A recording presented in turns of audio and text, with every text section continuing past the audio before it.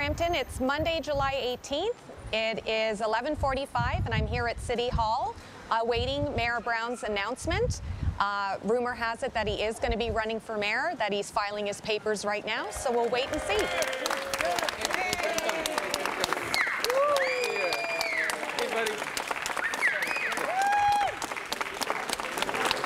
Well, I just wanted to inform everyone that after talking to my family, my most senior advisors, Savannah and Theodore, and of course Genevieve, that we've decided to put my name in again for Mayor of Brampton. And I love serving the city of Brampton. This is truly an incredible place to live. Want to add a few things? It really is a mosaic of the world, and you get to meet people from every culture, every background, and it has been the greatest privilege to serve the city over the last 4 years, and I'm looking forward to the next 4 years. We've done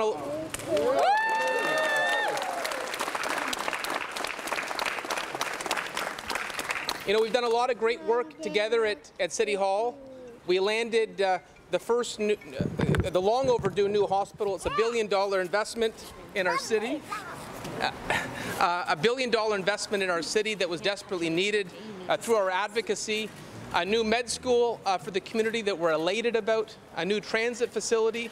We'll be the first big city in Canada with a fully electrified transit fleet. We've got the cybersecurity campus, major new economic development projects.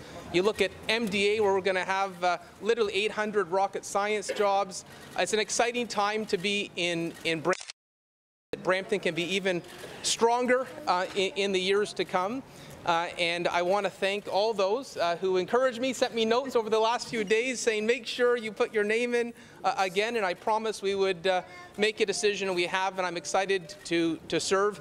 And I would just note, obviously, there's a lot of issues that I care about on a national level, Bill 21 being one of them, where I spoke out and our council spoke out, that no one should ever lose their job in this country because of their faith. And for me, that's a Canadian value, and I will continue to speak loudly for values I believe in, and religious freedom is one of those. And it's particularly important to Brampton because we are the very definition of multiculturalism in this city, and we live in harmony, and we love each other and our neighbors. And when I see that diminished, I will never hesitate to speak out. But my entire focus in the years ahead is going to make sure that we have Brampton in a strong position, that we continue to make sure our city gets our fair share, that we're able to get good paying jobs in our community. This council was able to freeze taxes for the first time in 19 years. 19 years.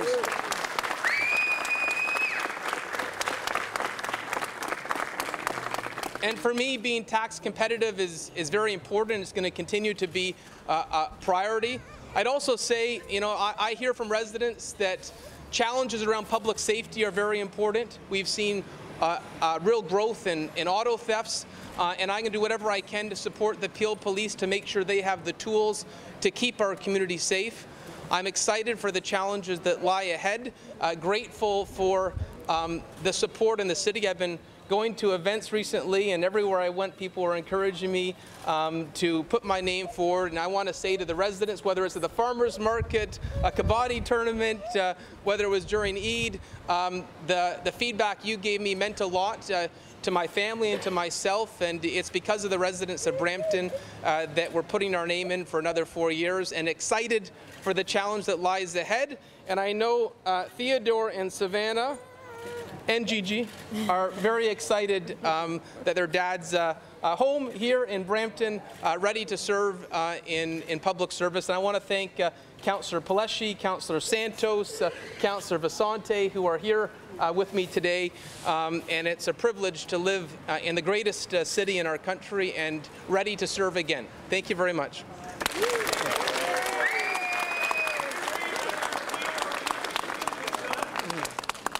So, on a national level, one of the reasons I put my name forward is I didn't want to see the Conservative Party take the route of the extreme right, the Ted Cruz or Donald Trump approach. I don't believe that's what is the best path forward for Canada. You know, I love serving as Mayor of Brampton. It was a big sacrifice to be away from my family, but I believed that pitch needed to be heard, that the Conservative Party of Canada doesn't need to replicate the politics of the U.S. We don't need to have a polarized debate. I may be biased on this because I adored our former Premier Bill Davis, that I believe reflected a different version of Conservatives than we're seeing today. Unfortunately, the Conservative Party did not want to have a free and fair election. They did not want to have a democratic election. You know, we're still pursuing our legal options to make sure what was done is exposed, but I've come to the conclusion that based on what the actions taken, that it would be impossible to have a free and fair election at this point when ballots have already been sent out weeks ago, and that's fine because I'm excited to be here in Brampton and that's where I'm going to serve. How do you lead the council when half of the council is very adamantly opposed to your staying on? So there are councillors here that took a principled decision, and I support them, and I hope we're going to have 10 councillors that share the perspectives of these councillors who showed the courage of their convictions when there was an attempt to break the Municipal Act. They stood up to it against it, and the Superior Court ruled that no councillor is above the law, and the councillors that had objected to my time as mayor were held by the Superior Court to have broken the law. This division really centered around the Integrity Commissioner's finding of guilt over allegations of one councillor and sexual assault. It was upheld by the courts as well, and they fired the Integrity Commissioner and the City Solicitor while I was away on the leadership campaign. That wasn't right, and I have complete belief that the residents of Brampton will hold anyone who took those positions accountable for their actions. We can never have councillors who think they're above the law or above the Integrity Commissioner. Are you endorsing anyone for Conservative leadership?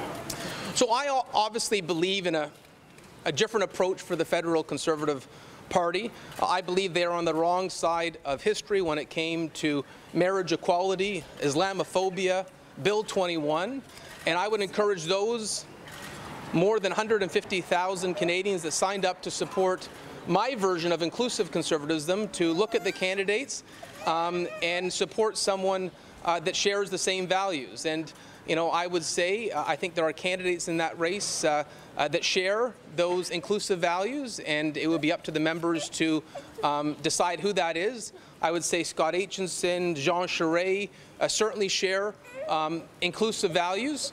But right now, I'm not going to be involved in the leadership campaign anymore. My focus is going to be creating a great team here in Brampton to make sure that the city is well served over the next 4 years. Mayor, 2 weeks ago, this wasn't your first option, your first choice for a job you wanted. So why shouldn't the people of Brampton feel as though it was? Listen, it's always been about serving Brampton, and the way that I can do that, I could have served Brampton at a national level.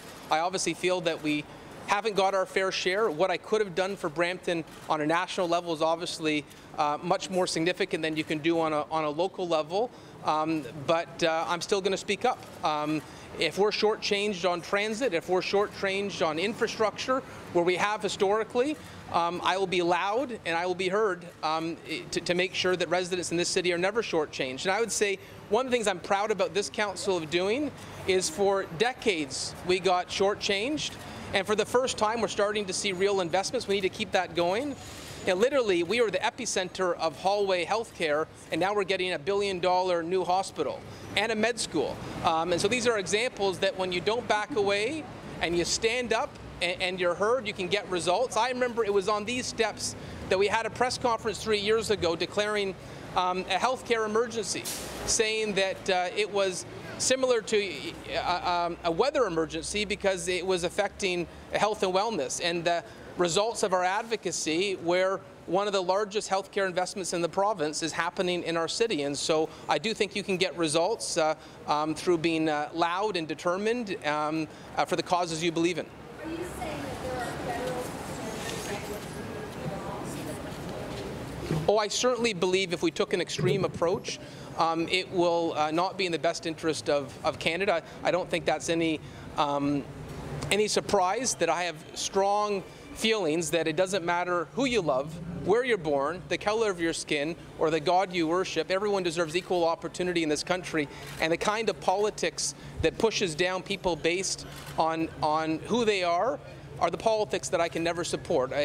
Part of living in Brampton is that I love that I see every day that you can come to this country with nothing but the shirt off your back and achieve anything. And if I see barriers in my city or anywhere in Canada, I will speak out against that.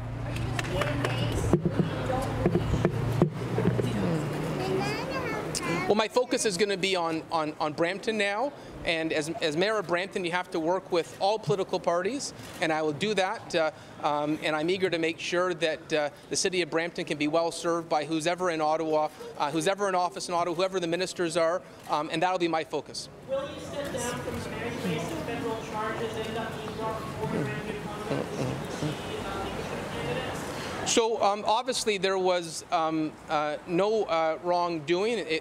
There was a reason that was manufactured to remove the participation of more than 150,000 Canadians in this race, and that wasn't right. But that's not what we're here today to talk about. I'm here today to make my intentions clear that we're ready to serve, continue to serve the City of Brampton. So there are many new members of the party who joined the party for the first time thinking that the party could take a different approach. For them, they've lost that, they've lost their voice, they've lost their opportunity. But that is a decision that the establishment of the Conservative Party made. And I'm moving on from that chapter and now just focused on making sure that I can give every opportunity to the residents of Brampton. Mayor, just for the record, still maintaining no wrongdoing whatsoever in the federal leadership party race? There was a reason that was manufactured, and I think the legal team that is dealing with the party was very clear that there was no wrongdoing, there was no breach of Elections Canada, and I have complete confidence in Marie Hennon and her team that that will be made abundantly clear.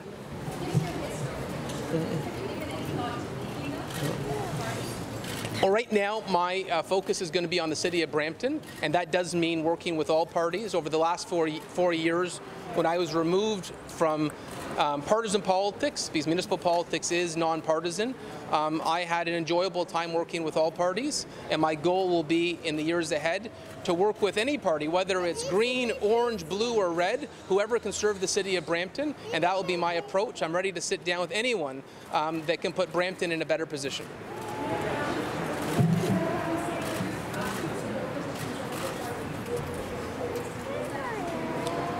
So Jean Charest is a good friend. I believe he shares many common values, and I did share with my team that they're certainly have my blessing to get involved with any candidate that they believe shares the same inclusive values that I do. Will you support the forensic investigation of why Councillors and underway the expansion of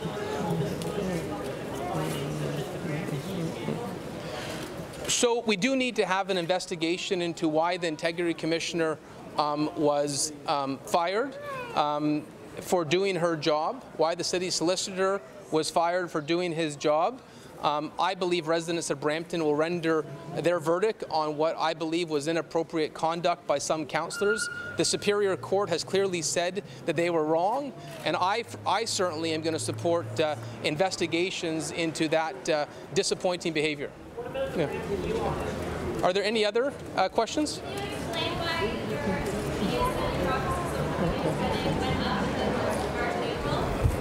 Are there any other questions? That's a important answer. Yeah. To go back to your question, is there any reason the people of Brampton who do not believe that running for mayor is a plan to be back? So, it was the residents of Brampton that encouraged me to try to bring a Bill Davis-style approach to the federal Conservative Party, and it's the residents of Brampton who have said if the party doesn't want to go down that path, then come and serve our city. And so it's the residents of Brampton that I'm taking my encouragement to, and I feel very optimistic that we're going to have a great result in October that will put the city in a very strong position. If you win re-election, I think some questions have been ignored. I don't know where they're from, but if you become mayor again, would you shut down any audits into any financial activity from you on behalf at Brampton City Hall, possibly connected to the federal race? Would you let those audits go? So first of all, those are ludicrous claims that have no credibility, pushed by political adversaries. Let me be very clear. We're going to insist on an investigation to the wrongdoings of the councillors that removed the Integrity Commissioner. For people that make nonsensical arguments about Brampton's lobbying to get a med school, I am proud that Brampton landed a med school. And it was the Premier himself, Premier Ford, when he called me to tell me the news the day before the provincial budget, and he said, in terms of your Brampton U proposal, you're not going to get a university today, but how does a med school sound? And I said, I'm elated. And I'll be proud to run on the fact that our council unanimously supported a proposal to bring a university to our city. We spent less than the previous council on that advocacy, but we actually got results. I will never, ever be disappointed in the fact that this council delivered a medical school to our city. And I want to actually give credit to Councillor Santos and Councillor Singh. If it wasn't for their relentless advocacy in terms of getting on Brampton, if it wasn't for their relentless advocacy, there'd be no med school in Brampton. This is the first new med school in the GTA in 100 years, and we're proud of it in Brampton.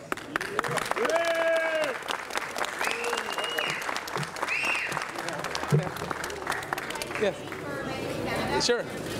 Yeah. Yeah. Sure. Yeah. Okay. Oh, okay.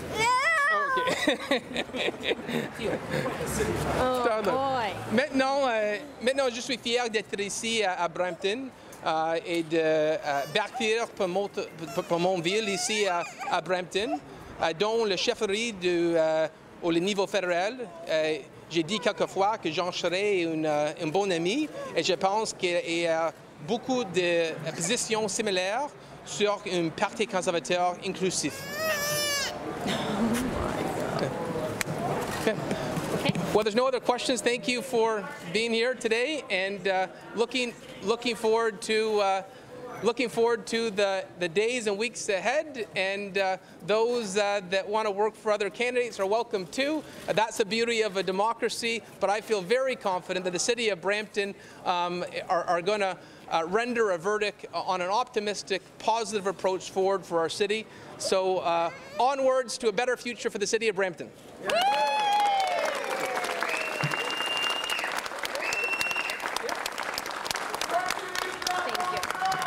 So there you have it, folks. Brampton's beloved Mayor Patrick Brown has put his name in the hat to run for mayor of our city again. I'm here with Regional Councillor Rowena Santos. This is an exciting day for Brampton. Mayor Brown has put his name in the hat to run again. Tell me about how you feel about it. I'm super happy. Mayor Patrick Brown has done tremendous work in this term of council, especially for the city of Brampton, through advocacy and being loud and making sure that we get the things and equal opportunity here in our city. Very proud and happy to support. Awesome. Thank you. So it's a good day in Brampton if you're a Patrick Brown supporter.